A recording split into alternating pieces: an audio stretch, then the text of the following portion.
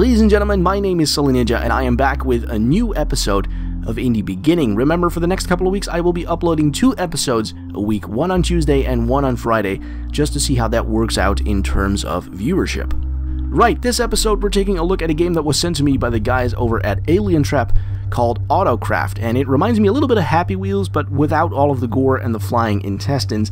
It's actually a mix between Happy Wheels, where you have to safely reach the end of the level, and Robocraft, where you build your own controllable robot by combining different blocks and parts.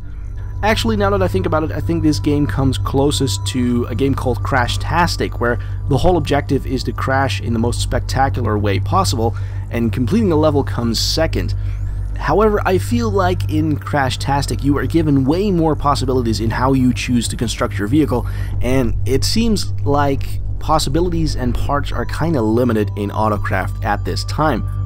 Still, the concept seems enjoyable, and it lends itself to creative solutions, and constructing weird vehicles just to get them to work seems like the norm instead of an exception, and it's very much like Crashtastic in that way, where you would build a vehicle just to get your guys over to the finish line. It doesn't even have to look good or functional, as long as it just sorta goes.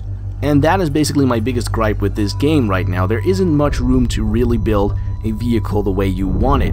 The physics are wonky to the point where a perfectly symmetrical 4-wheeled vehicle will randomly turn and spaz out, and on the next run, it runs in a perfectly straight line. There's no sense to it, really.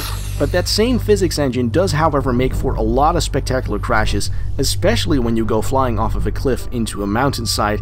And due to the low gravity on most of the levels, parts will go flying everywhere. And in the end, I found myself constructing vehicles that I could crash in satisfying ways more than I was actually trying to complete the game. Now, don't get me wrong, I'm not saying Autocraft is a bad game, because it's not. It's actually pretty nice and polished for what it is, but that is exactly the problem. It isn't much of what it is.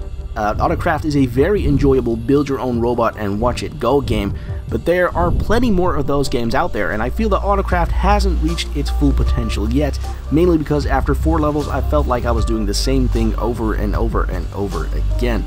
There is a sandbox mode where you can combine parts at your heart's desire, but once you're finished building the vehicle of your dreams, you'll find out that there's pretty much nothing to do in the area. All you can do is drive around and collect some stars. I really hope Alien Trap keeps developing Autocraft, because it has potential. It's just not really showing it at this time.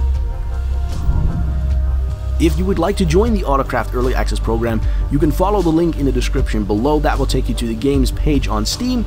There is no price set as of yet, but the game will open up for early access tomorrow, so be on the lookout if you want to get in. That is all for this episode of Indie Beginning. Stay tuned for a new episode every Tuesday and Friday for the next couple of weeks. If you like this preview, make sure to share it with your friends on the Facebook and the Twitter, or just leave me a nice comment below this video. I will do my very best to respond to every single one of them.